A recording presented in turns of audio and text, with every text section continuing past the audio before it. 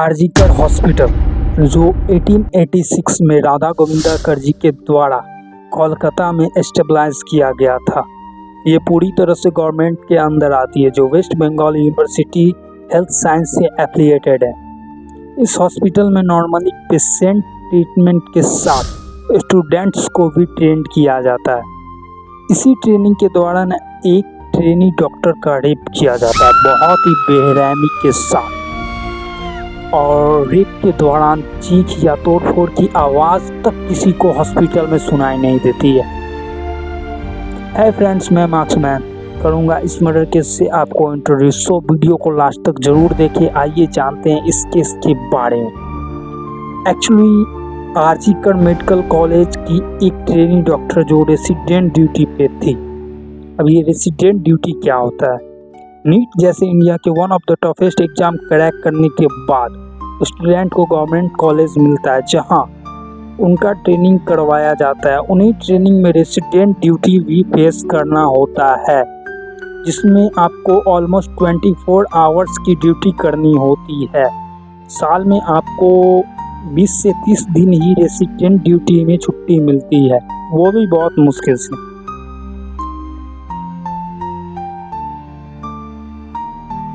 ये सब करने में ऑलमोस्ट 5 से 6 साल लग जाते हैं, और इस स्टेज पे आके किसी की लाइफ एक झटके में ख़त्म हो जाए तो दूसरे स्टूडेंट जो नीट जैसे टफेस्ट एग्ज़ाम की भी प्रिपरेशन कर रहे हैं उन पे तो गलत प्रभाव पड़ेगा ही।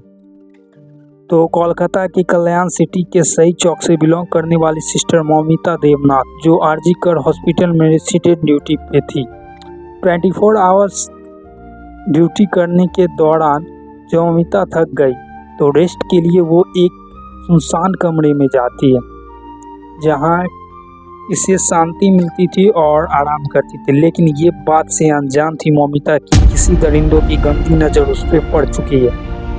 मौमिता जिस रूम में रेस्ट कर रही थी वहां घुस के कुछ दरिंदे उसका रेप करते हैं बेरहमी के साथ, और फिर मर्डर कर देते हैं।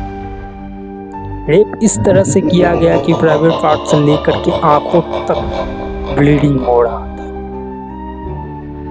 आंखों को पत्थर से कुचला गया, पाँव को इस कदर चिरा गया जैसे कोई जानवर के साथ भी नहीं करता हो।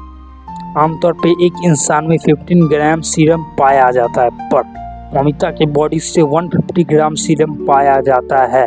इस बात से ये तो प्रूफ होता है कि एक से ज़्यादा लोग इस रेप में शामिल हैं। 3 से 4 के बीच ये घटना हुई।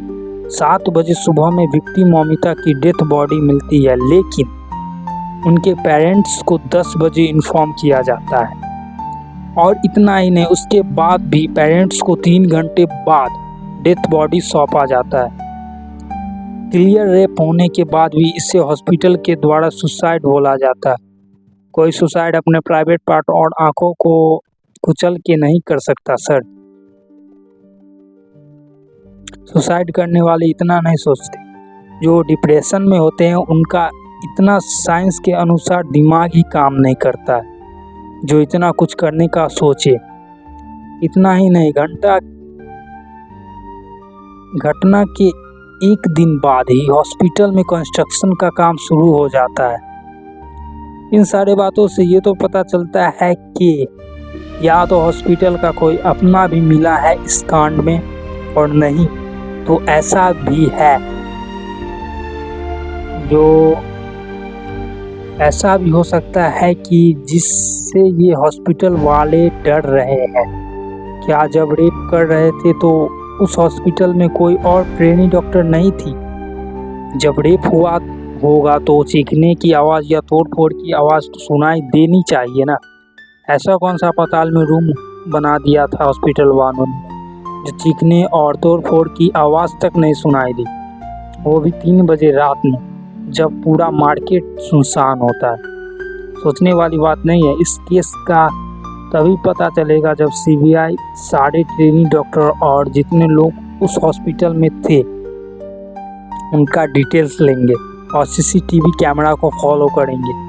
हालांकि कोलकाता में संजय नाम के एक आरोपी को अरेस्ट कर लिया गया, बट इस केस में एक आरोपी नहीं है। 150 ग्राम सीरम एक इंसान के बॉडी से किसी भी हालत में नहीं निकल सकता है। इस संजय के पीछे पॉलिटिकल पार्टीज है, तो हो सकता है पॉलिटिक्स का भी आदमी हो। मैं सरकार से रिक्वेस्ट करूंगा सीबीआई इन्वेस्टिगेशन जरूर करवाए इस केस की। वीडियो अच्छी लगी हो तो सपोर्ट करें और शेयर करें इस वीडियो को। मिलते हैं अगले क्राइम वीडियो में, तब तक के लिए जय हिंद। लड़कियों की इज्जत करें, दिखावे के लिए नहीं, ये शो करने के लिए कि आपकी परवरिश एक अच्छे माँ से हुई है। जय हिंद।